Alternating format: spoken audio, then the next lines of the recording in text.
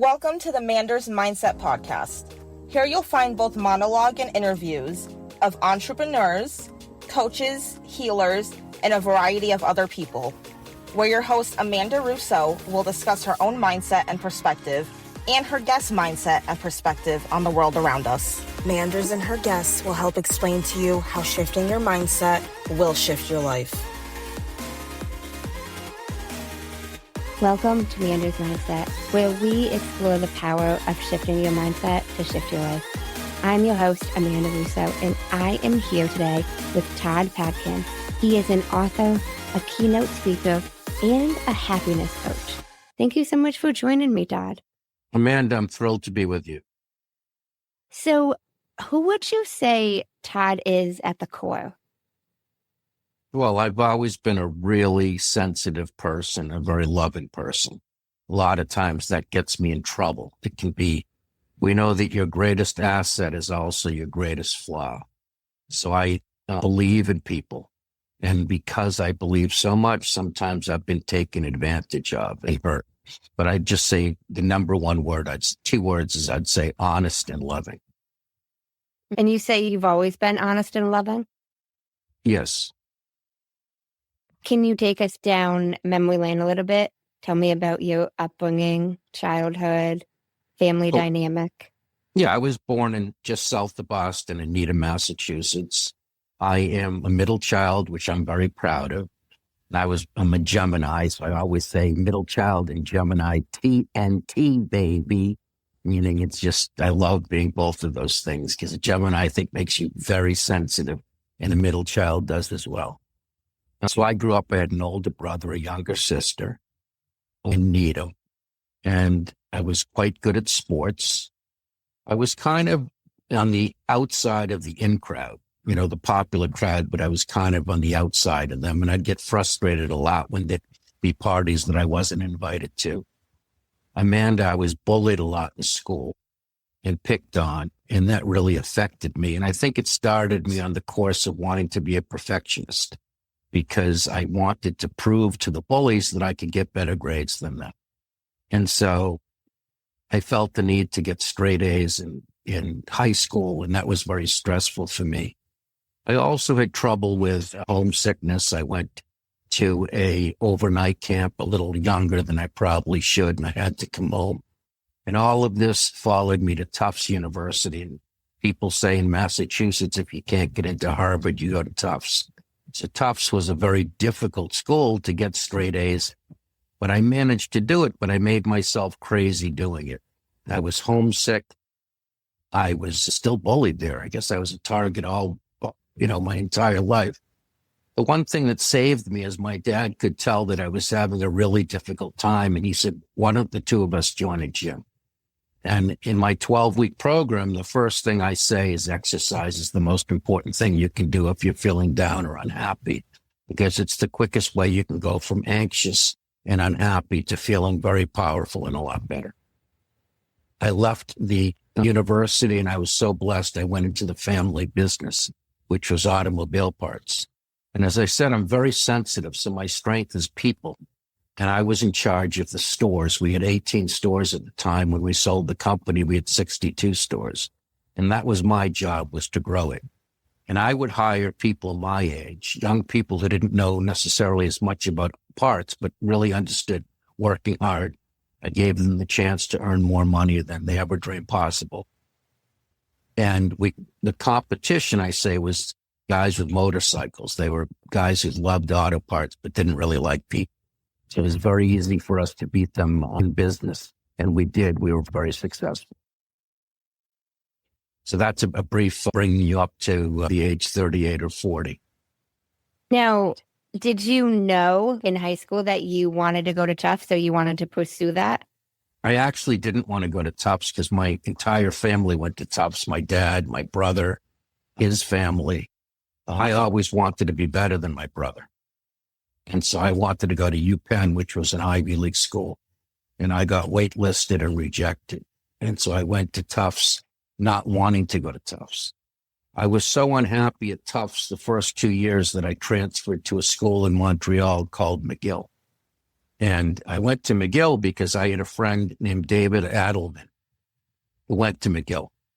And when I visited, I really came away saying, you know what, Tufts, everybody wants to get A's. At McGill, everyone wants to play a sport, have a girlfriend, and get B's, which for me was great. So I went to McGill, and it was just a joy for me. I wound up coming back to Tufts and getting my degree from Tufts because after 3.5 years, 2 at Tufts and 1.5 at McGill, the way the credits went, I would have had to do a whole nother year at McGill, or I could just come back to Tufts and do 6 months, and I chose that. Oh, that must have been a difficult decision too. You left Tufts and then you had the debate. Do you stay at McGill or do you go back to Tufts?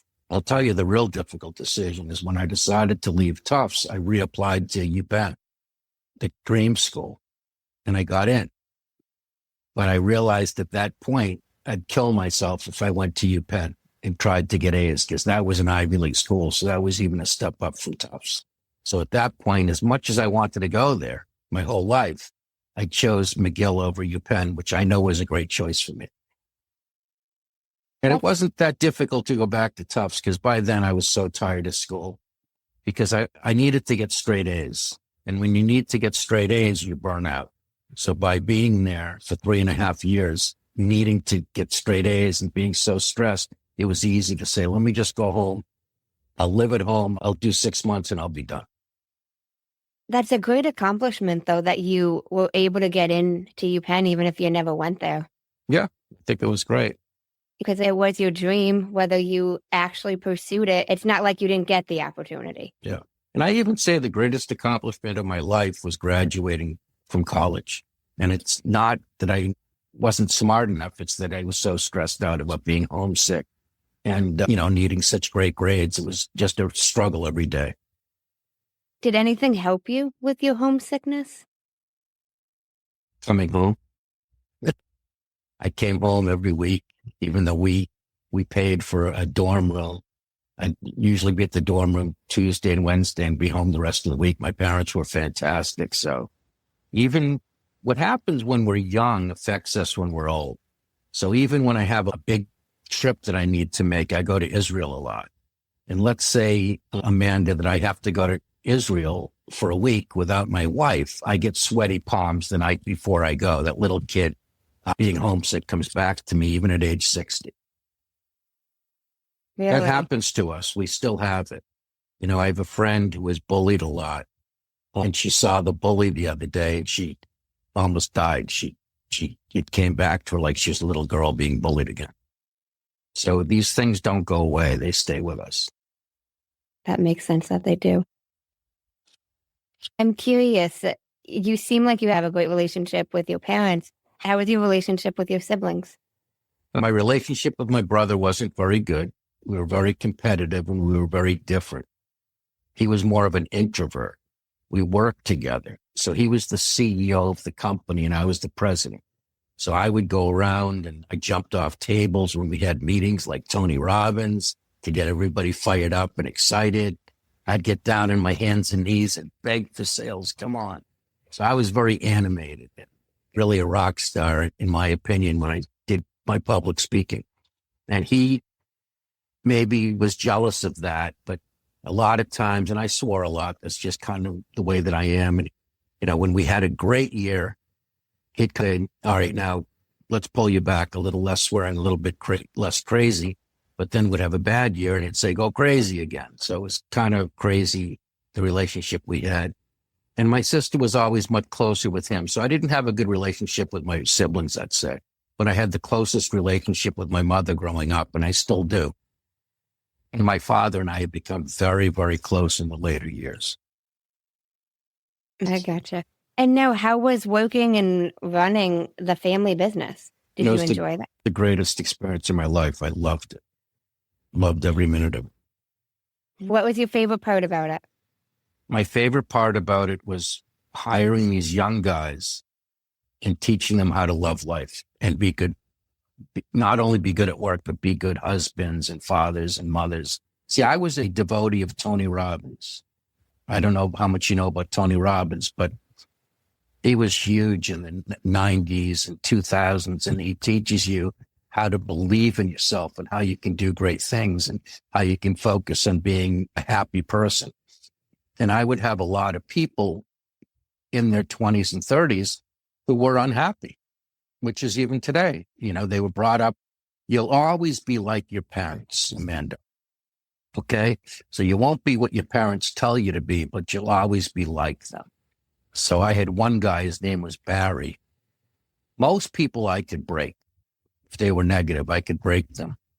And a lot of people felt it was almost like a cult, the way that at the beginning of my meetings would play loud music. We are the champions, and would chant and would go crazy. But Barry, I couldn't break because he said my grandpa was negative. My dad was negative. I'm negative. That's just the way it's going to be. And you know how I broke him? How? I broke him because a son was born.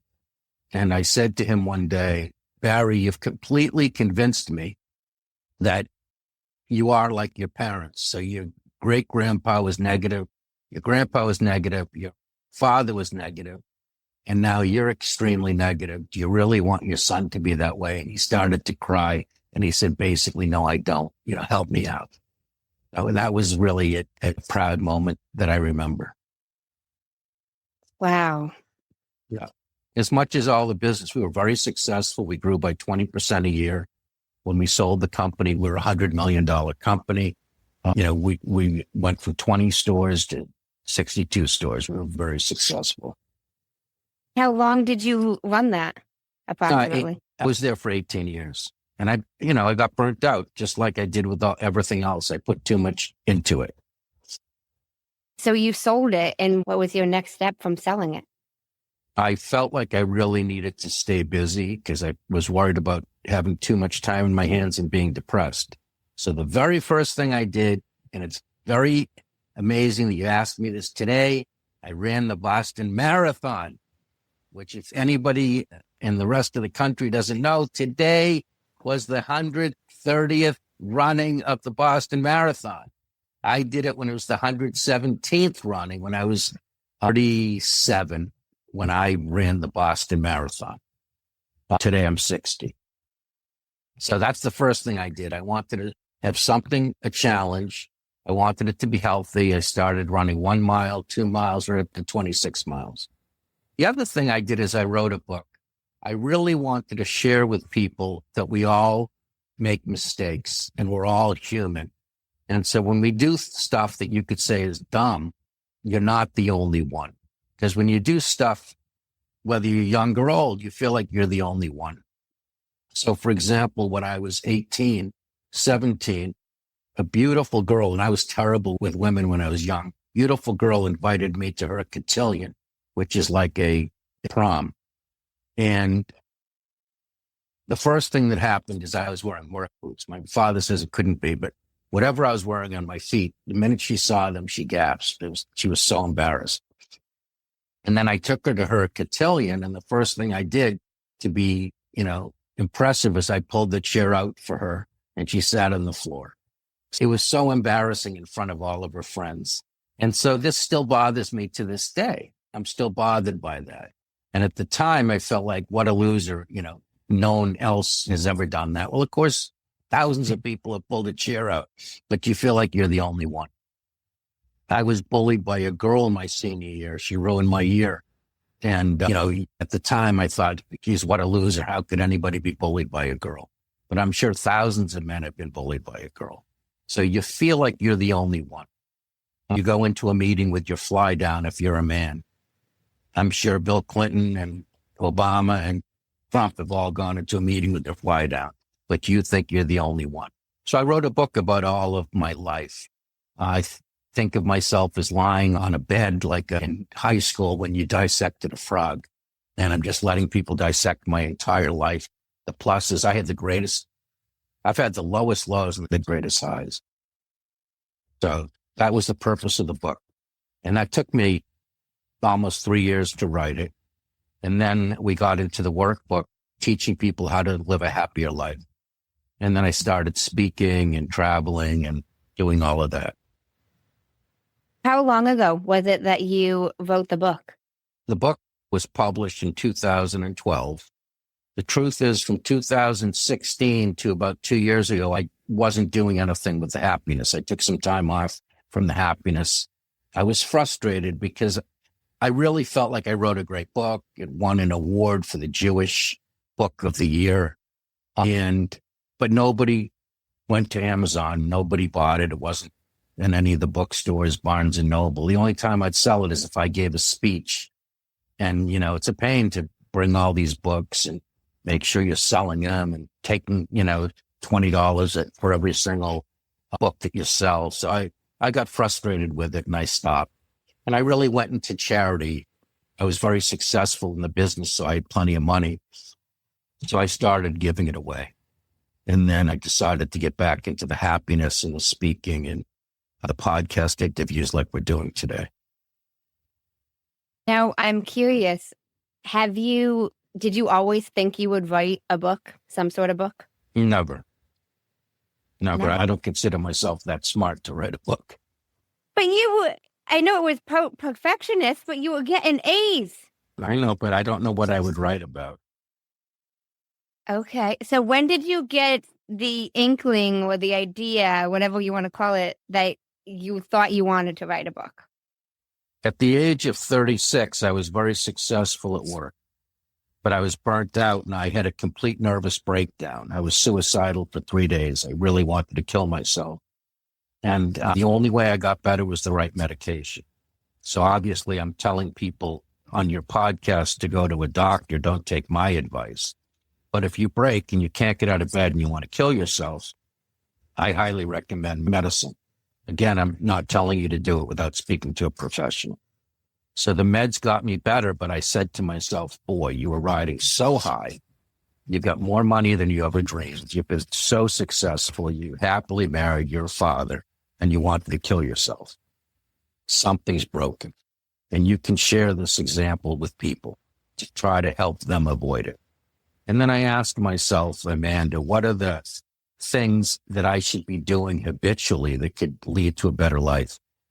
See, what happens when you have a breakdown or you have cancer or you have a heart attack and you think you're going to die is that's the only time really that you say, screw it, I'm done with my life. I'm going to change. I'm going to live a different life. The next book I'm thinking of writing is how I can help people who don't have serious illnesses change when they want to. Because there's a lot of people working 70 hours a week and they're addicted to it. You get addicted to success. I love being told that I'm the first one at work and the last one to leave. I love getting the trophies. I love getting the raises. It's like when you're a little kid playing soccer and you score goals. You get addicted to that. How do you get off of that? I often say to people, think of your tombstone when you die.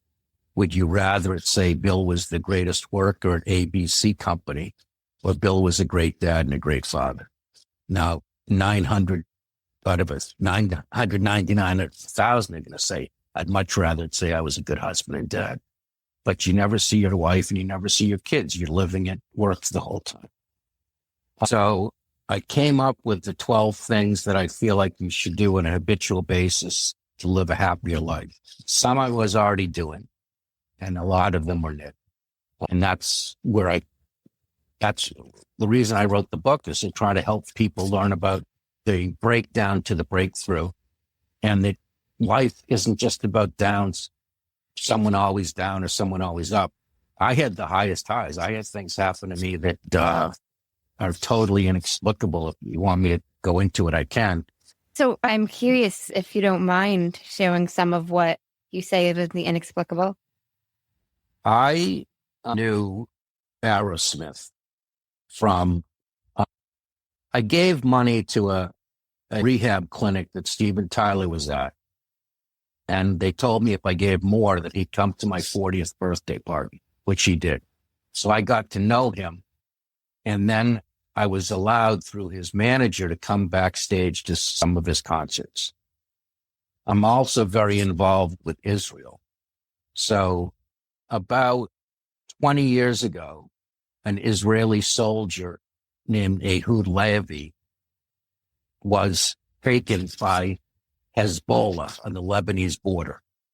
And his wife was coming to America all the time to the UN and pleading, don't forget about my husband. I want to keep him in the front of everybody's mind. And what happened is I was asked to pay some money for her hotel so she could stay in New York. And then I told you I have a big heart. I said, you know what? This woman's dying. Every night she's upset and dying. Let me take you to an Aerosmith concert and introduce her to Steven Tyler. So I got in touch with her manager, and she said she'd love to go. Well, Amanda, a week before the show, the Israeli government calls me up from New York and says, where should we put the microphone, the stand? Where should we have the television cameras? And I said, what are you talking about? She said, well, she said that you're going to have Steven Tyler ask for her husband's release before the concert, and we want to have it on TV. And I said, this is crazy. This isn't anything I ever imagined. I'm just having her go for a good time and just see Steven Tyler. So I said, does she still want to go? Yes, I picked her up. And the whole way over, she said, we have to get Steven to ask for his release. And I said, fine, we'll do the best we can. So we went backstage, and her manager, John Slade, I told him I'm going to have her name was Ruti, go backstage and speak to Steven and ask him to do this. John said, if she does that, you're never coming back again. You're blacklisted. You'll never get back here again. So she was crying, and I said, listen, you got one chance at this. When you meet Steven, beg him, cry, do whatever you can, ask him to please mention whatever you want him to. So she begged Steven during Dream On, because that was her husband's favorite song. And Steven actually went in the middle of the concert. He stopped the concert and asked Hezbollah to release Houthi, which I just think is a really cool thing. So for me, that's one of my highlights in my life, because I was able to put that together.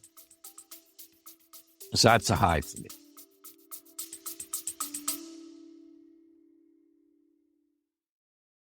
If you're loving these conversations and want to dive even deeper into mindfulness and transformation, make sure you check out my other podcast, Breathwork Magic. It's all about the power of the breath to unlock your potential. I'd love to have you there. Wow. And did anything happen to you from that situation?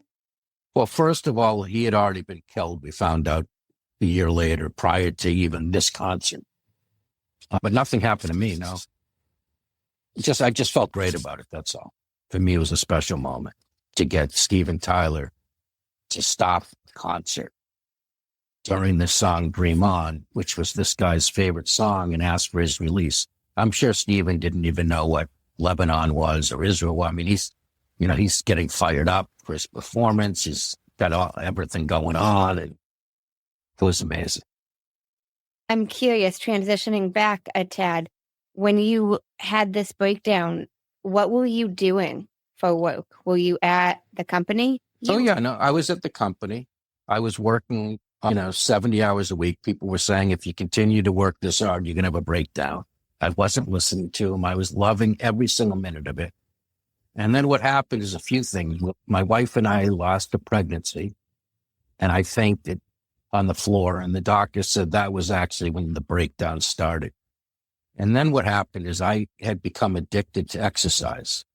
And as I told you, whenever we had company meetings, I would jump off tables and get crazy and get people fired up. And we decided to have a meeting in our headquarters on the warehouse, which is a cement floor. We decided to have it at the headquarters so the store managers could meet with the office managers. And I fractured both my feet. So I couldn't exercise. So I was depressed about losing the pregnancy. I couldn't exercise, which is like an antidepressant. And then I sunk down deeper and had that time when I was suicidal. No, you mentioned you were in bed, I think you said 3 days? Yeah. What gave you, I don't know if I want to say courage or the will to go to the doctor? Well, I mean, I knew that I didn't want to really kill myself. And I felt so bad that, you just like, get me to a doctor, get me to someone who can help me. The first doctor was awful. He said that I'd never work again. And then I went to the right doctor. He said, you'll be fine. Just take these medications and I'll work with you and you'll be fine. The first doctor told you you'd never work again? Yeah, he was crazy. Terrible doctor. Did that feel like defeating at all to you, or did you not buy it? Oh my God, was it defeating? When you're in that sense of mind, when everything's bad, you're bad, the whole world is bad, and it says you're never going to work again. Oh my God, it was the worst thing in the world. How long after did you go see the different doctor? I think it took me another month to find the right doctor. And that whole time it was excruciatingly painful. I say I was in bed for 3 days and wanted to kill myself, but during that entire month, I probably was suicidal. Was there anything that helped you? Exercise kept me a little good. For the most part, it was only when I got on the medicine. But I mean, in that in-between period, like that month long, like... I was in terrible pain. Like if you got hit by a car for the first month or two, I mean, I was in terrible pain until I got on the medicine. Did anything help you hang on, per se? When we went away once and I actually took a knife and I, put it near my wrist, but I didn't actually do it. So if you said, is anything helped me? I guess maybe the fact that I had my son, I didn't want to kill myself because of him. Maybe I hung on because of him. But I think a lot of people talk about killing themselves and they really want to do it. But do they actually do it? 90% don't. It's more common than you think, people wanting to kill themselves. I know it is. So then about a month later, you went to the different doctor and got on medication. And within 3 weeks, I was like my old self. My chemistry in my brain went back to normal and I felt great. And that's when I said, I got to put together a workbook and share with people the things that I'm going to start doing in my life to live a happier life. Wow. And now you said some of these things you were previously doing and some of them were new things? Correct. Do you mind giving us an example of one? Well, I was always doing exercise. And I don't mind. I can go through all 12 if we have the time, but I was always exercising. And that's the first of my 12 things. Because as I said, exercise is the quickest way you can go from feeling terrible to feeling better. And the next thing is listening or reading inspirational material, which I was doing a lot of with Tony Robbins. Because what we want to do is for the first two things, we want to get people feeling stronger physically and emotionally. That's going to the gym. Or you can even just walk around the house. I don't want you to go to the gym on day one and lift 100 pounds. We want to just have you go at your own pace. And then week 2 is listening to inspirational material. So you're in the right frame of mind to go through weeks 3 through 12, which are really difficult, weeks 3 through 12. Week 3 is learning how to be easier on yourself. Most people treat themselves worse than they treat their worst enemy. They say things like, I can't believe how fat I am. I can't believe how stupid I am. I can't believe what a bad dad I am, what a bad mother I am. We do this all the time. Most of us will have a good day. We do everything right and one thing wrong. And we spend our entire night saying, I can't believe I did that. And then the next day we do 100 things right and one thing wrong. We say, I can't believe I did that. Your brain can be your greatest asset or your greatest prison. That's true. So learning how to be how do people can be easier on themselves? Well, it's extremely difficult, but I liken it to quit smoke. And I'm old. So when I grew up, everybody smoked cigarettes. And nowadays, people want to quit. And the first thing they need to do is recognize when they start to bring the cigarette to their mouth. You're not all of a sudden going to quit. So first recognize it. And then eventually you want to try to stop doing it. So I want you to recognize when you start being mean to yourself. Okay? You give a speech at the company and it was flawless, but the last 30 seconds you screw up. And instead of saying, my God, I just rock and roll, you come home and you say, I just fucked this up completely. Excuse my French. Okay. It's a totally different way of looking at it. So I want you, when you do that, I want you to say, interesting. I just was really mean to myself. I gave a great speech and one bad thing, and I'm beating myself up. So I want you to recognize it. Eventually, I want you to start saying things differently to yourself. So let's say that you had a bad encounter with a friend, and you would go home and say, what a jerk I am. Can't believe I treated my friend that way. 2 years ago, it was even worse. And 3 years ago, it was worse. I guess I'm a really bad person.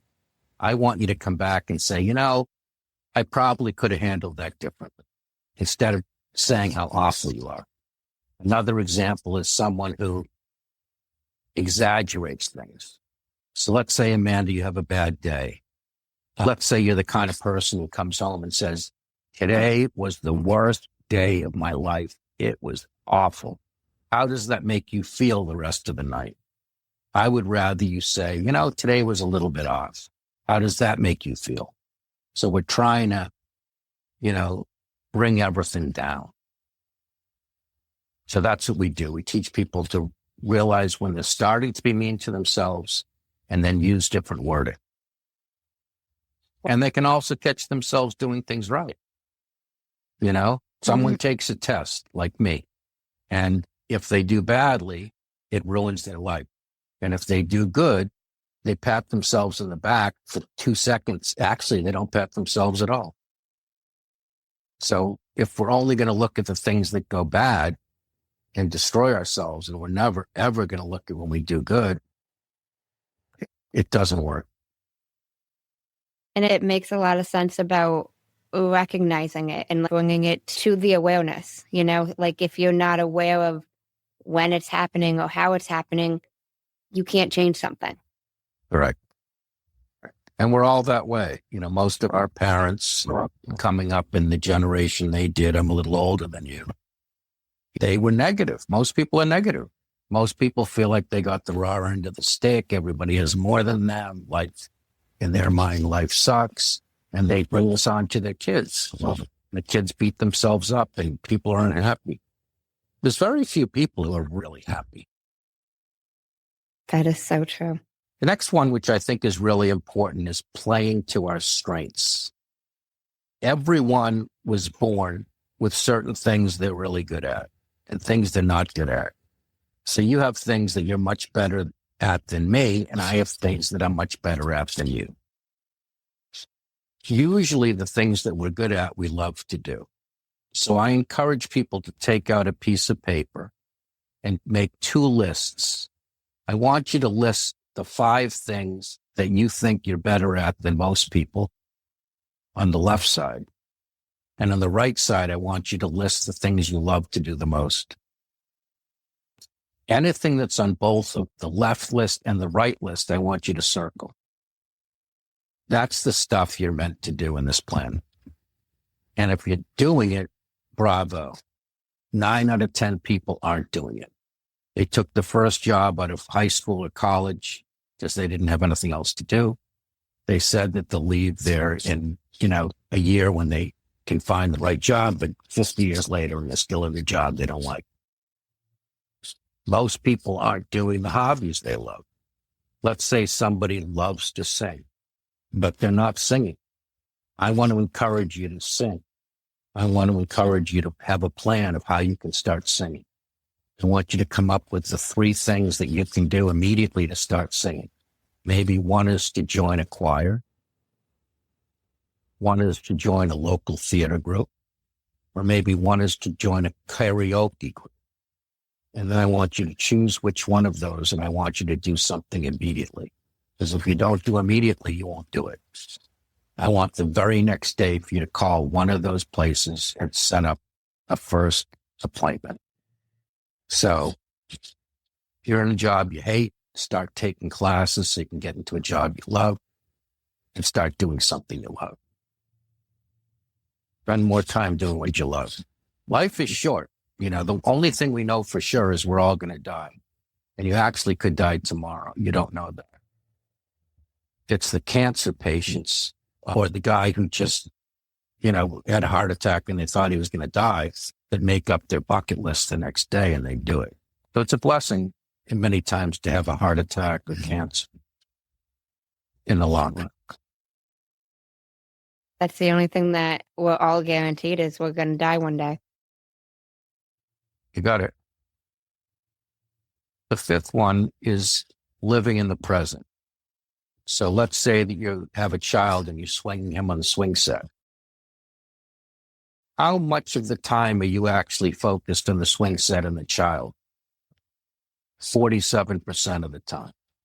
53% of the time, you're focused on the past or the future. So you're swinging him, but you're thinking, geez, I got to go to work tomorrow and I got to make that speech. And, how do I need to do that speech? Or you're still thinking about that fight you had with your sister-in-law years ago. And it's still coming up and it's something that you haven't been able to leave in the past. And we encourage you with things in the past that you don't feel comfortable actually meeting with them. You're so angry, at least write a letter to them. And you can send it or you can burn it. Fear of the future is a big one, Amanda. That's when we have things that we're afraid of that aren't even going to happen. I saw an interview of a 103-year-old woman, and they said, what's your biggest regret in life? And she said, worrying about things that never happen.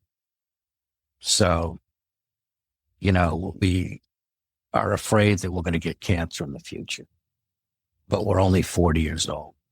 So what's the likelihood you're going to get cancer now? Probably 6%, but you're worried about it all the time because your brother got cancer. And if you did get cancer, what's the likelihood you're going to die? It's probably 10%, 6%.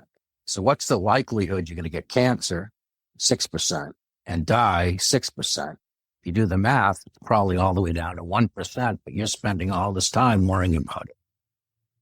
Or you're so worried that you're going to screw up the speech the next day. But every time you do a speech, it's flawless and it's perfect, but you're still worried about it. So we spend way too much time worrying about things that never even happen. And they really rob us of our life. 47% of the time, we're living in the present. Wow. Where does that statistic come from? I guess I read a book. No worries. I was just curious. Yeah, no, professionals at college is a lot smarter than me have come up with 47%. It makes sense during the day. I mean, how much time are you actually spending focusing on what you're doing?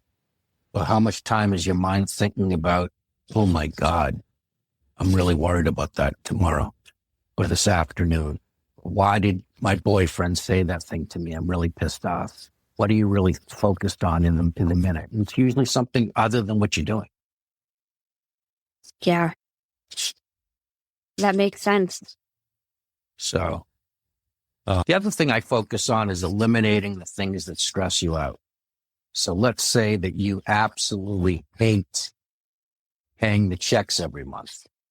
The first question is, can you actually avoid paying them? You have a wife or a husband and you agreed when you first got married that you'd pay the checks and they'd do the cleaning. Maybe you can ask them if they'd swap. And if they say, no way, Jose, I won't swap. We agreed on day one that you're doing the checks and I'm doing the cleaning.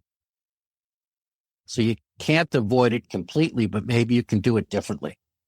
So if you're someone who's really anal and pays the checks every day they come in and you get 6 checks a month, so 6 days a month, you're paying checks and you're in a bad mood, maybe you can pay them once a month, pay them differently.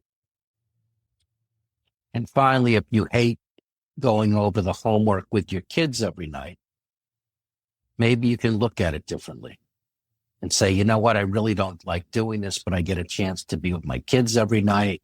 It's a wonderful thing. I'm mentoring them and I'm mentoring them for their future. So even though you don't like all these things, you can try not to do it. Swap it for someone. You can do it differently, write the 1 checks once a month instead of 6 separately, or look at it differently. I like those.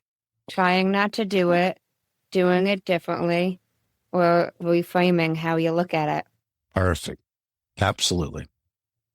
That concept seems so simple, but I think it's something that a lot of people don't think about or consider.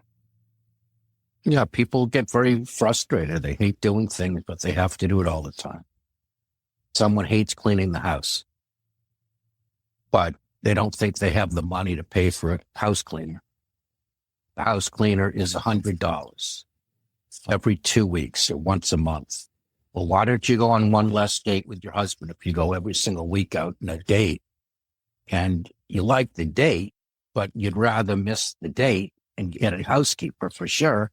Why not do that? Think outside the box.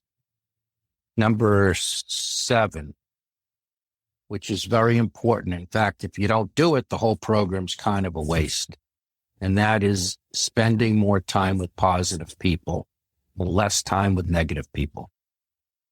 So I want you to make a list of the 5 people you spend the most time with. And I want you to rank each one 1 to 5. 1 is so negative that you could be having the greatest day, Amanda, and they pull you down. They make you feel miserable. 5, you could be having the worst day and they lift you up. And then I want you to put a number next to each of those. 1 to 5. Each of your friends. Rank them 1 to 5. 1, they're brutal. 5, they're great. And then I want you to add up those numbers and divide by 5. So now you have your average number in terms of positivity.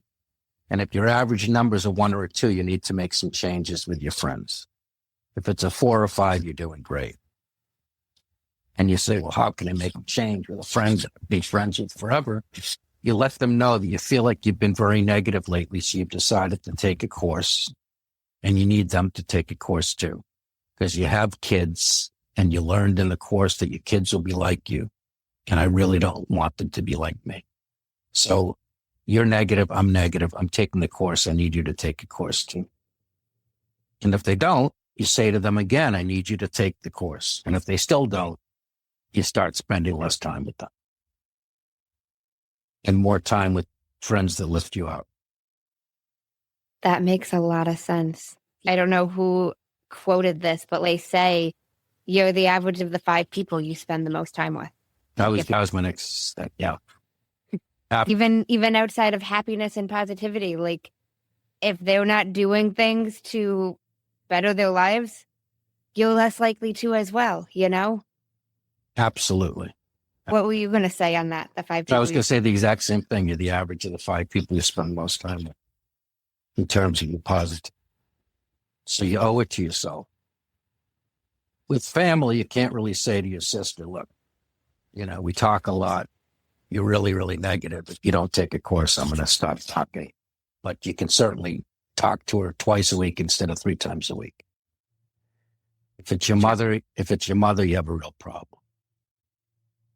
If your mother's really, really, really negative, you're going to stop talking to her. She's going to get upset. You just got to convince her to take the course with you. Yeah, good luck. Can't tell your mother what to do. It's not telling her, it's suggesting. Well, I can't teach an old dog new tricks, trust me. My mother's 86, my dad's 90. It's hard. Well, you try. If I told my mother that she needs to take a positivity course, she would go ballistic. And she's very negative. Not that she needs to, just that you suggest that she takes this. She would be so offended. I don't know. What about your mother? Probably, but that's also why I'm saying that you don't say need, you would suggest it. I suggest we take this course together. Well, maybe that's would work. I don't know. My mother's too old for her to accept that. Your mother's a lot younger than my mother. She is, but still. The next thing, which is important, I say the most important thing is learning to be easier on yourself. But studies in college, what most people will say, it's having close relationships with family and friends. Those are the things that are going to be the most important to making you happy. Certainly family is important because it's nice to get along with your family, your brother, sister, and your parents. And I encourage people who say, I don't speak to my parents because if something happened 20 years ago, to realize they're going to die. And it's silly to hold a grudge like that. Friends are great. They can make life so much sweeter. I had a 60th birthday. I had 18 people come, all my friends. It was wonderful. And also, they're there for you when something bad happens. My father's had cancer. He's 90. I don't know how much longer he'll be here.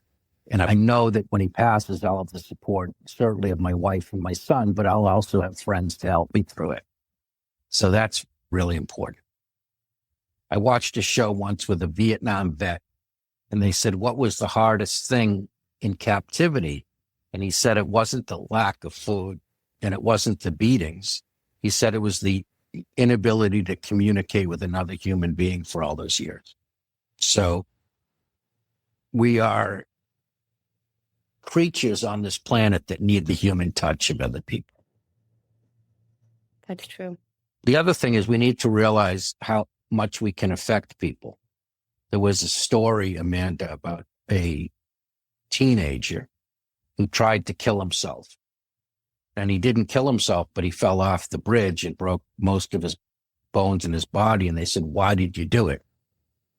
And he said, well, I really wanted to kill myself, but I felt bad about how it would affect my family. So I decided to go on a bus one day. And if the bus driver was nice to me, I wouldn't kill myself. And if he was mean, I would. And I said, well, what happened? And he said, well, I decided to get to the end of the bus, at the front of the bus, and just stand there for a little while and see what the bus driver would say. And the bus driver said, kid, get off the damn bus. And that's why I tried to kill myself. So we can affect people in a very, very significant way when we don't realize the way we speak to them. Wow. I got chills hearing that. Yeah. We need to be careful how we say things to people. We never know what anybody's dealing with internally. Exactly. And that brings me to my next step, which is being friendly. And that's like a secret in your tool. Let's say you're having a bad week. If you just go to the market, you start being friendly to people, it makes you feel better. But it has a ripple effect because now you're nice to one person and he's nice to another person. And eventually he gets home and it's the first night of the week he's not fighting with his wife. And now the kids get to have a more relaxing evening. We need to realize that everybody is symbolically carrying a heavy load on their back. One person may have just found out his kid has cancer. One person may have just found out that they lost their job and they don't know how they're going to pay their bills. So everybody has a sack. And I want you to be like a lamplighter, just lights people. And some people say, I'm an introvert. I couldn't do that. And we say what you should do is you should pretend you're your favorite comedian. Who's your favorite comedian, Amanda? I like Steve Harvey. So let's say that you say, Todd, I could never go to the market and just say to people, my God, how you doing today? Boy, I love your fingernails. They look so good. Where did you get your nails done? And you say to me, Todd, I could never do that. Well, I'd say, Amanda, could Steve Harvey do it? And you'd say, of course Steve Harvey could do it. He could do anything. Then I want you to pretend you're Steve Harvey for a day. So that's being friendly.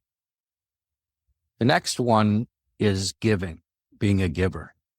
Givers are actually 40% healthier and 25% happier than people who don't give. And it doesn't have to be money. It can be just your time, making a difference in other people's worlds, going to the market, putting groceries in an old lady's car, doing whatever you can to help people in the world. Tremendous effect on your body and your happiness. The next one is seeing in life that there's more to you than just yourself. We talk about finding a higher power. It doesn't have to be religion, but just realizing that we're all in this together and that there's something out there if you're going through a difficult time. And the last one, which I think is a really important one, is being grateful. So many of us feel like, we got the wrong end of the stick, but you are really envious of the guy next door who has a brand new Mercedes, but you didn't realize that him and his wife have been trying to have a baby for 4 years and nothing's working. And he would buy you 5 Mercedes if you could just have one child. So we think other people have everything and we have nothing. And we need to realize that you can always look to the left and find people who have more than you. Or you can look to the right and find people who have less than you. And what do you think makes you happier if you look to the right and realize how much you have? So that's the 12-week process. None of them are easy. They're all changing the way that you view things. But if you're able to make changes, even 6 out of the 12 or 7 of the 12, it's going to make you a much happier person. You mentioned at one point, like week, whatever. So are these done in a week by week basis? So for like 12 weeks?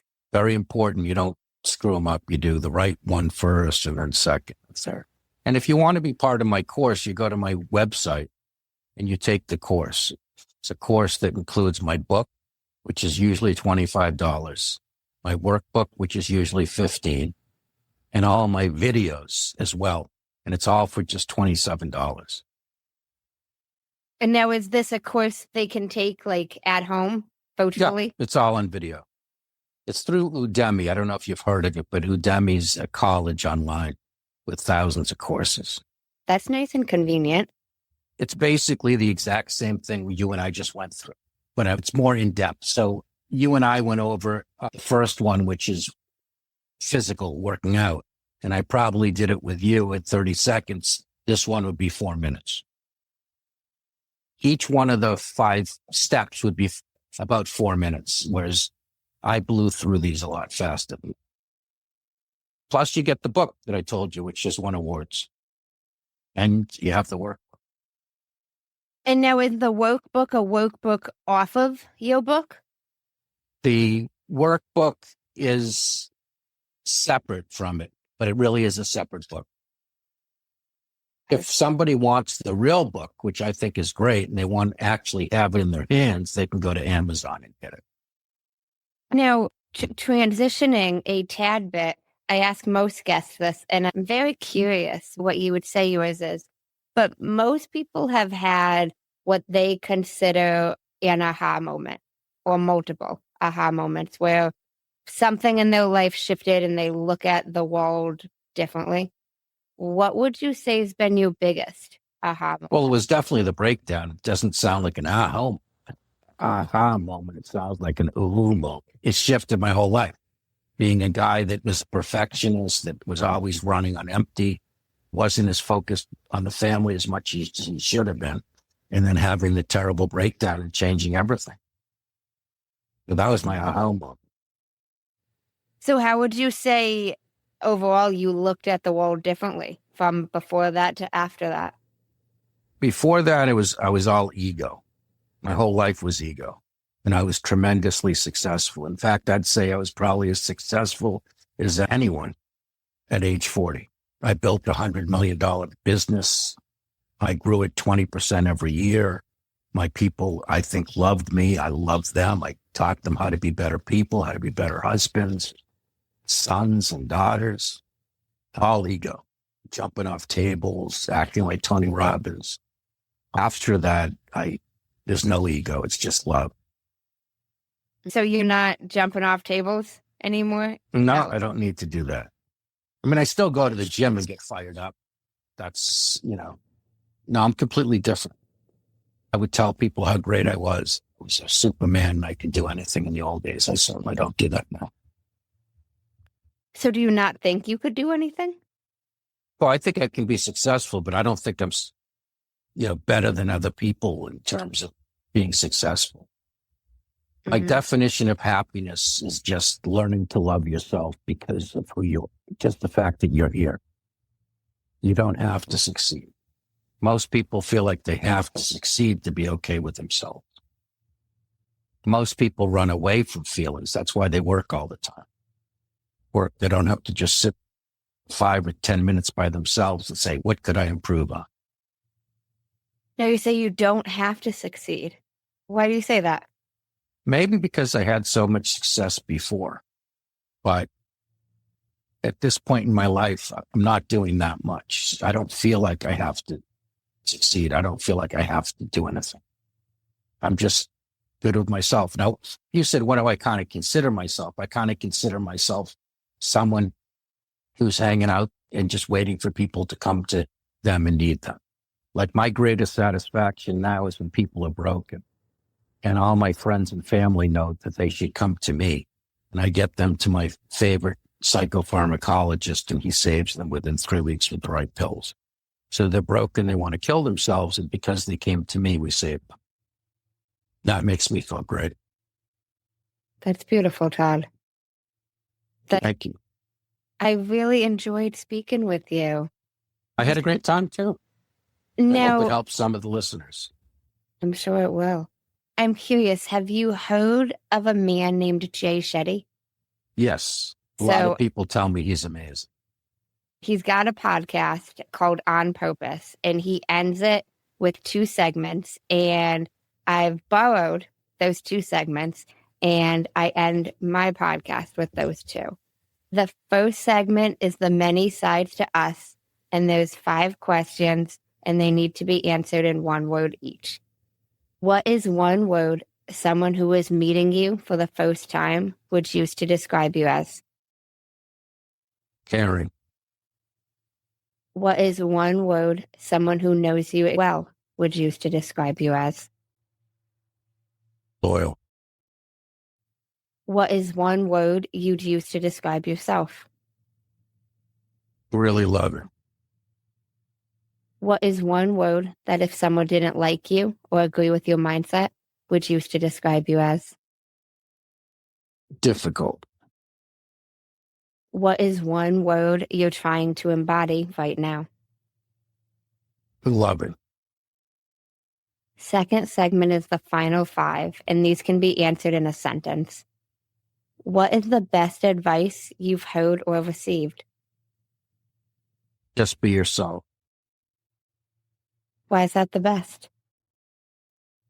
I think so many people are trying to be other people. They're chasing, I want to be like him. I want to be like her. I just want you to be okay with who you are. Just be yourself. As you and I talked about, we all have different things that we're best at and things that we love to do the most. That's what you should be doing. Just be you. I agree with that. What is the worst advice you've heard or received? I think it probably has to do with cheating and stealing.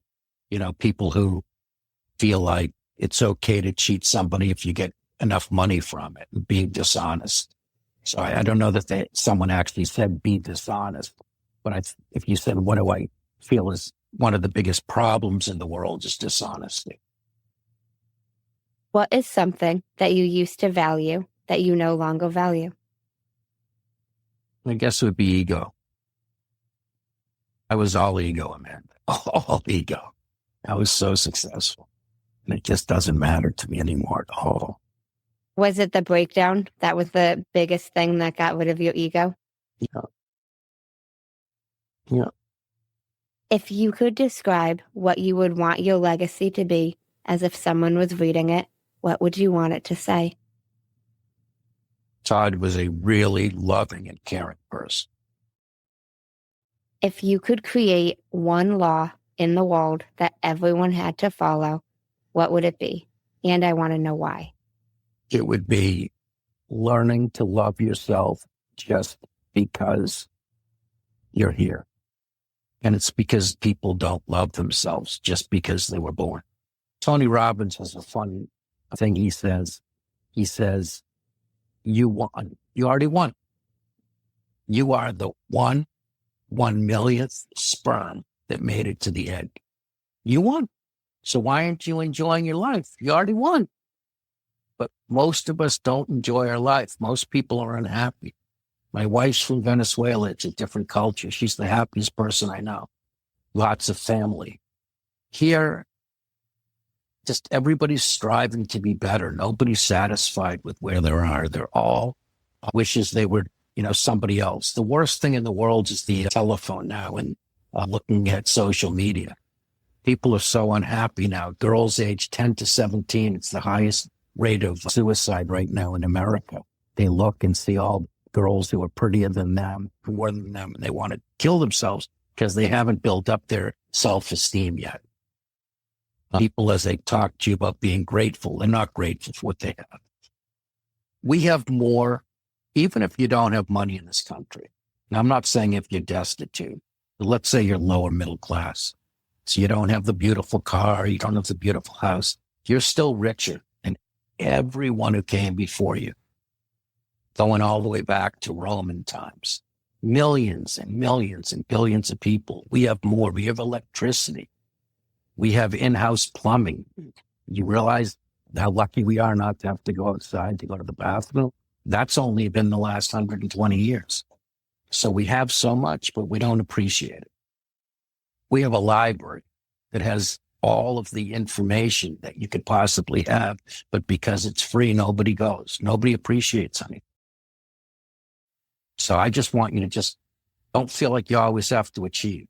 Don't feel like you're never good enough. You're a good person. We're all good people. Just be happy with who you are. I agree. I love that Tony Robbins quote about you being, it made me chuckle, but you already won at something if you want to look at it like that. We're all trying to win something. If you like Jay Shetty, you should check out Tony Robbins. Just get one of his, audios and listen to it. I've heard a little bit by him. But I love that quote. Oh, okay. There's a lot of sperm that didn't survive, So it's something to be like, if you're striving for that winning, like, you won. You won that race. It was a million sperm in that orgasm. So the one sperm that made it to the egg. I like that different type of perspective. Great. Thank you so much, Todd. I really appreciate this. Let me just tell people my website, if I could, because if they go there, they can take the course. So it's toddpatkin.com, TODDPATK.com, toddpatkin.com. There's so many things in the website that you can check out, but if you do want to take the course, it's only $27 and you get everything. If you just want to buy my book and, have it, if you like to read and actually have it in your hand, then you can go to Amazon and it's $25.99. Awesome. I will link both of those in the show notes for people to click directly. I do just like to give it back to the guest. Any final words of wisdom, anything else you want to share with the listeners? No pressure. If you're feeling down, exercise is the quickest way you can go to feeling better. So if you're a couch potato, just walk around the block. Don't do too much in terms of exercise that you'll do it once. You'll try to lift too much and you'll never do it again because you hurt your muscles. That's the number one thing you can do. Next, please be kinder to yourself. Your brain and you can be your own worst enemy. Somehow you need to snap out of that. And I want you just to love yourself just because you're here. You don't always have to be achieving. You don't always have to be the perfect mother, the perfect father. You don't always have to win all the awards. I completely agree, Todd. Well, thank you so much again. Thanks, Amanda. I really enjoyed it. Absolutely. And thank you guys for tuning in to another episode of Manders Mindset.